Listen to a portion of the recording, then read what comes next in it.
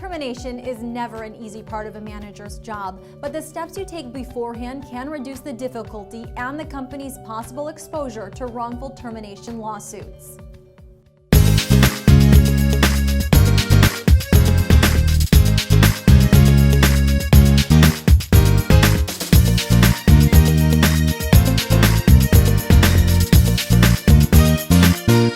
HR experts agree that firing an employee shouldn't come out of the blue.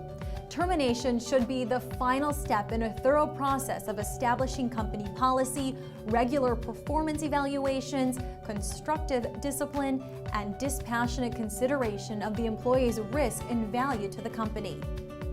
In addition to maintaining updated and accurate documentation and engaging in a well-planned termination protocol, it's also critical to consider individual risk factors that could lead to wrongful termination suits.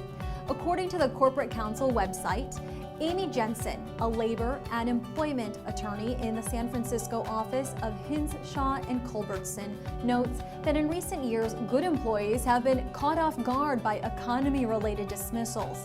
They sometimes think they were unfairly selected because, for example, they took time off to care for a relative or because of their gender. Termination by itself isn't unlawful, but if an employee perceives that he or she was fired unjustly, he or she will be more likely to sue. Once a decision to terminate has been made, she counsels clients to examine all of the risk factors. Employers should ask, has that person taken any sort of leave in the past year? Have they filed a workers' comp claim? Have they had a baby? Are they over 40? What is their racial or ethnic or national origin background? Have they recently complained about something? How can you reduce the emotional element of termination and reduce the threat of lawsuits? Consider using the following checklist as a guide to making the process constructive for all employees. Standard procedure for all employees. Distribute a discipline policy through a handbook or otherwise at the time of employment and make the rules available online or elsewhere so all employees have notice. Consistently follow whatever policies are established and treat employees fairly and consistently. Disciplinary procedure. Inform employee of infraction and maintain records in the supervisor's file and/or personnel file. Provide employee opportunity to improve, treat discipline as a constructive process, not just as punishment. Act expeditiously on allegations of harassment or other serious misconduct.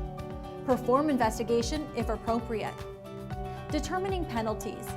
Consider an employee's overall performance, value, and risk to the business. Executing the termination. Complete the termination report. Draft termination letter with management and assistance of counsel if necessary. Inform human resources and payroll. Inform administrators of benefit plans such as medical and retirement. Employee meeting. Include supervisor and HR representative. Discuss severance if applicable. Inform departing employee of COBRA, state-mandated or employer-provided continuing health coverage. Establish contact for other outstanding HR issues. Closing matters. Request a return of company equipment, data, or other property. Comply with state final paycheck timing requirements. Conduct exit interview if appropriate.